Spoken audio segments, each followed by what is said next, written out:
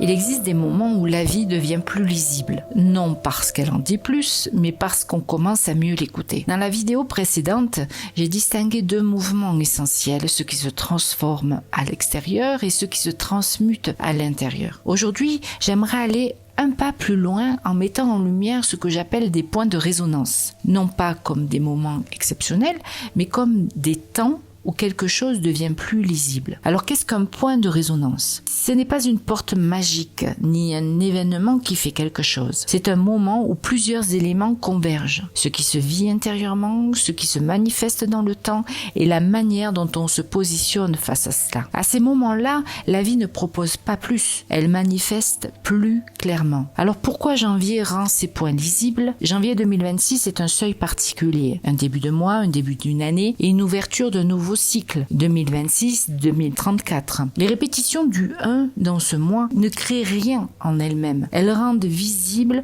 un mouvement de commencement et de positionnement. Elles agissent comme des repères dans le temps qui permettent de lire plus clairement ce qui cherche à se mettre en vie. Le 19, ça correspond à une clarification de l'élan. Autour du 19 janvier, ce qui est en train d'émerger demande à être reconnu intérieurement. Ce n'est pas un appel à l'action, c'est un appel à la lucidité. Qu'est-ce qui cherche à prendre place, depuis quel endroit intérieur est-ce que je me tiens face à cela. Et le 28 janvier, c'est une épreuve de cohérence. Le 28 janvier introduit un autre temps.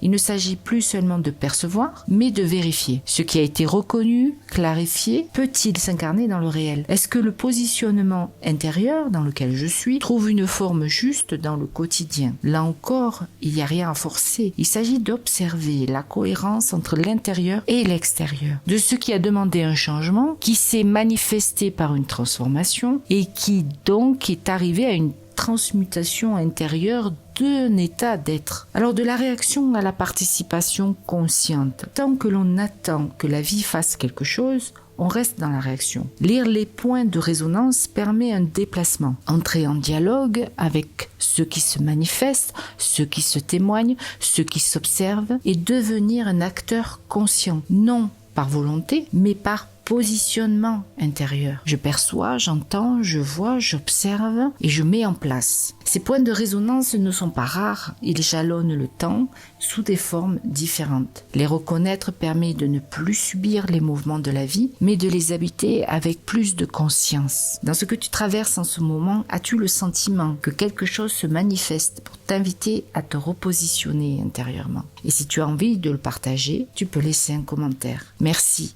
pour ton écoute.